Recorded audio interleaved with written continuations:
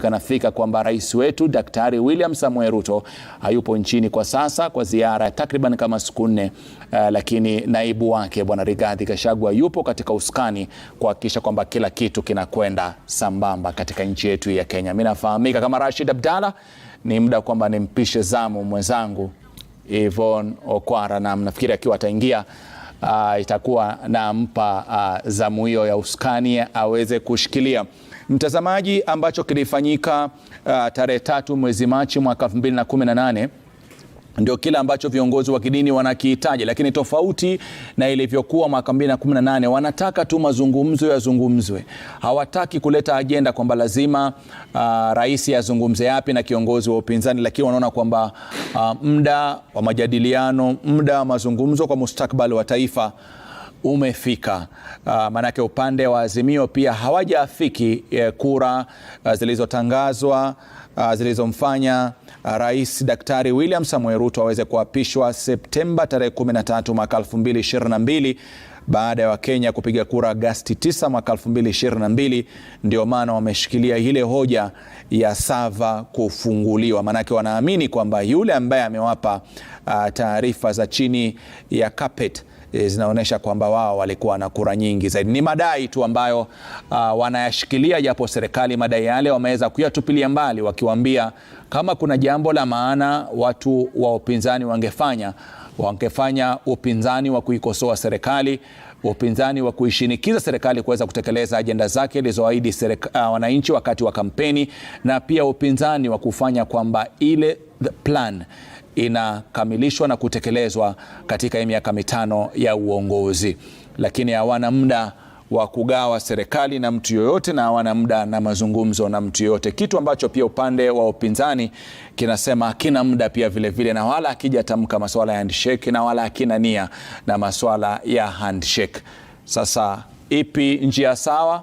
Ni muda wa kusubiri, lakini hizo ndio picha mtazamaji, kama wanahabari kukueleza tu kile ambacho kinaendelea. Ndio picha za moja kwa moja, msafara wa Raila Amolo Odinga ukiwa unasonga taratibu, na kila hatua baada ya hatua wananchi wanawalazimu viongozi yao japo kusema neno moja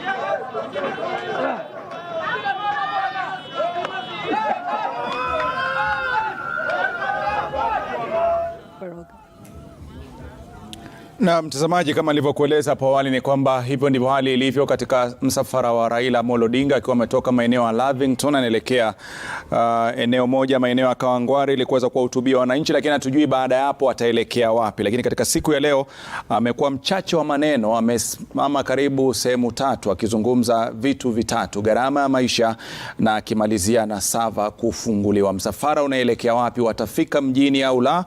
Kumbuka maafisa wa polisi wameimarisha usalama mjini na karibu na mji huu wa Nairobi. Yvonne Okwara, cha nikupe zamu uweze kuendelea kuzungumza na Wakenya. Shukran sana Rashid Abdalla kwa kazi uliyoifanya. We now move on to the English broadcast of what is now the second day and the second week of protests that are being run by Azimio leaders. They have several demands that is going on today.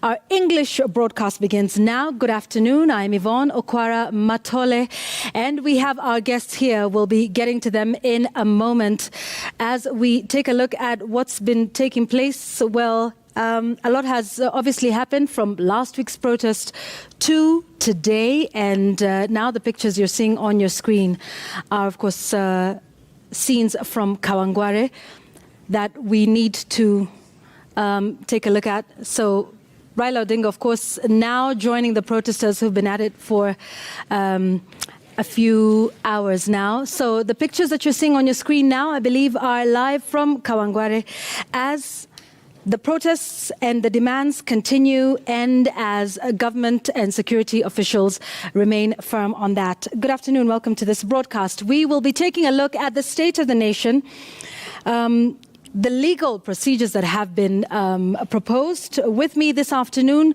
you'll be hearing from Stephen Obiro, who's from the Federation of Kenya Employers, that's FKE. Eric Theuri, who's the president of the Law Society of Kenya, will also be speaking with us. And we have George Msamali, who's a security expert. We'll be talking about the scenes we're seeing, the responsibility of the security officials, the responsibility of the protesters, and of course, the conduct of the security officials, which is something that has come into context. We'll also be talking about the state of the economy, the cost of living, as well as a few developments that have taken place. I mean, since last week, there's been an increase in power tariffs. So we'll take a look at some of those in just a moment from now. Maybe we can begin, even as we take a look at what's happening on your screens. I just want to thank my guests, gentlemen, for coming in and joining us this afternoon. Stephen, let me begin with you. It's second day of protests, another week. You know, what does this mean for employers and employees and the state of the economy, as it were? Yvonne, it is a challenging time for the employers, the enterprises, and even the employees in Kenya now. If you look at the business environment today around the city and in most areas where we have had the protests, the business is depressed. And that means that there is a lost productivity and it goes on with a lot of cost to the employers. Because at the end of the day, you have fixed costs, you have to pay your salaries, the salaries for your staff, you have to meet others' fixed costs, yet there is no production happening. So it is something that is really, really depressing for employers. Looking at a country that one of our key challenges that we have is employment. It is important that whatever we do supports creation of employment and doesn't depress our businesses. And so the protests are having a negative effect when it comes to the employment, when it comes to the way our industries are working. Many of the employees, they are also living in uncertainty because you don't know what is going to happen during the protest, so you're not sure whether you should be at the workplace or not. And even when you're at the workplace, you are really not giving your all because you're still wondering what is going to happen. And you look at our transport system in the country, and when we have this protest, so there's a really depression that is happening in the employment sector, Yvonne. Okay, and when we take a look at the events, at least so far today, George, what would you say from a security standpoint?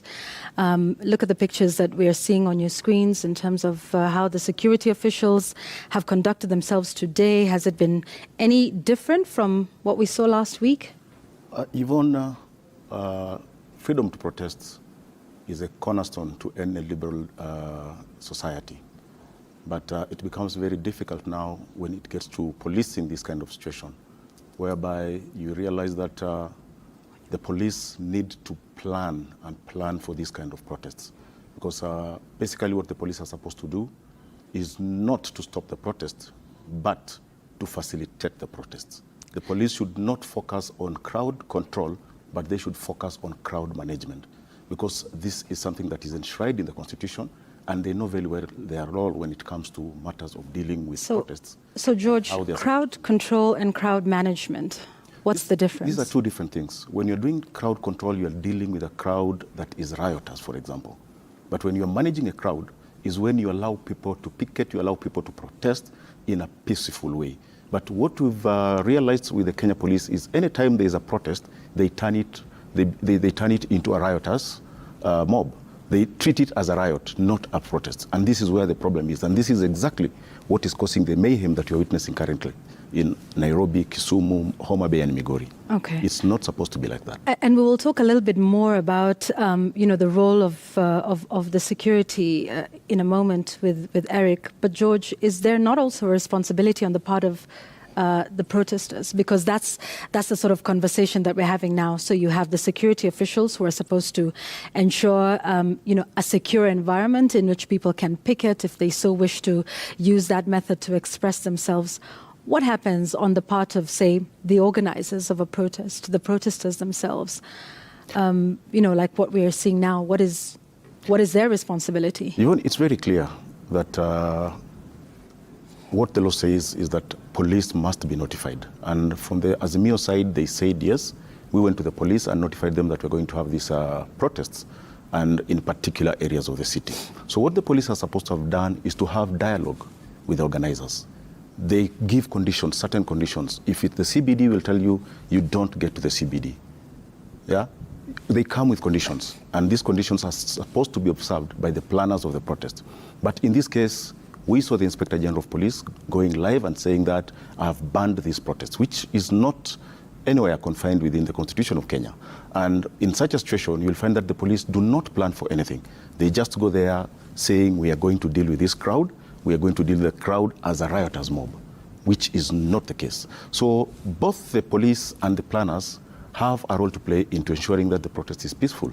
And in this case, they must agree on certain modalities that are supposed to be observed during the protest. But in this case, you'll find that we have one side saying the protests are illegal. We have another side saying that, no, this is constitutional, and we'll get out there and protest. So in this confusion, you will find that things will get out of hand. And when we have this kind of situation, as he has said, businesses will suffer. There's a lot of disruption of communities, a lot of disruption in businesses, and basically the economy is going to suffer because of this, as opposed to when we have an organized protest where people will be allowed to march. Given timings, you are told you will march from, let's say, 8 to 10, and then everybody should disperse. This is how it's supposed to be planned, but not now one side taking a hard stand and the other side also doing the same. You see what is happening now. Yeah.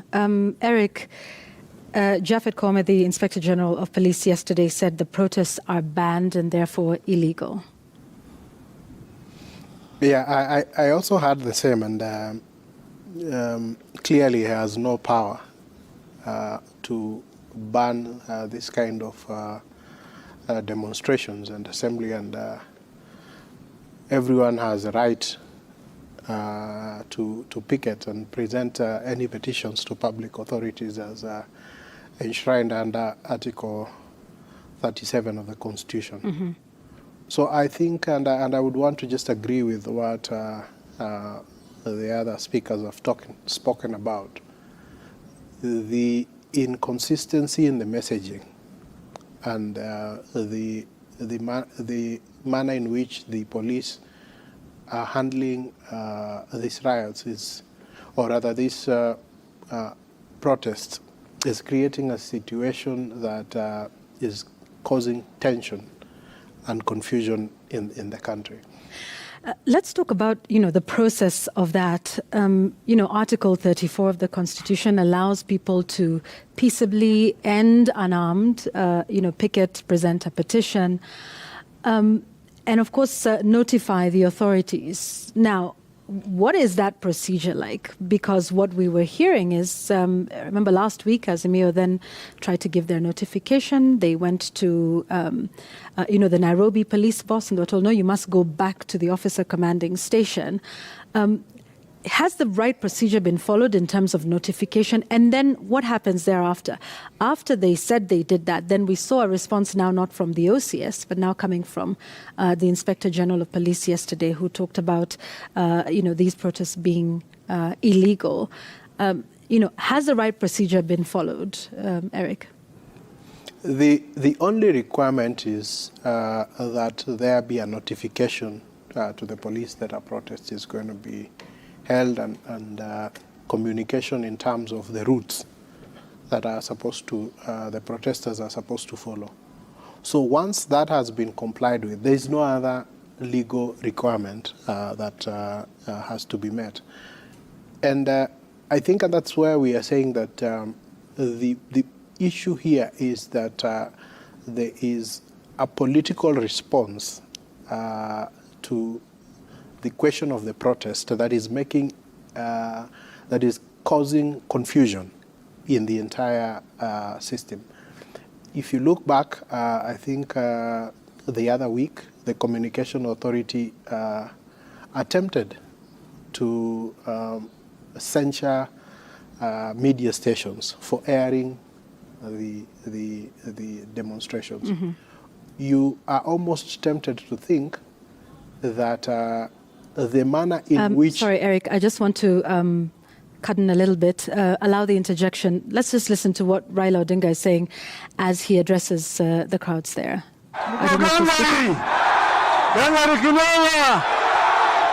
Tumesema kama Azimio, gharama maisha irudi chini, bei ya unga irudi chini, mafuta irudi chini, kodi ya nyumba irudi chini, karo ya shule irudi chini. Unaunga mkono na saba yafunguliwe. Unaunga mkono. Asanteni sana. Tuko na mazakara na wazakara, tuko na hujuma mama, tuko na paranya, tuko na kiani. Asanteni sana.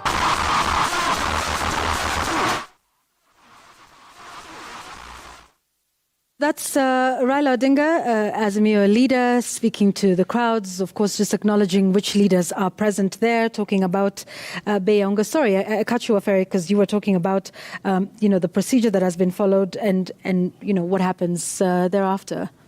Yes, so as I was saying, it's a question about the government response to the demonstrations that, in my view, is creating a lot of confusion. The first one is an attempt to curtail what are very clear provisions of the constitutions without any reasonable or legal basis. This has come in the form of those pronouncements by the IG that he has banned the demonstration. The other attempt that was done by the Communications Authority to try and censure media from airing the protests as they go on.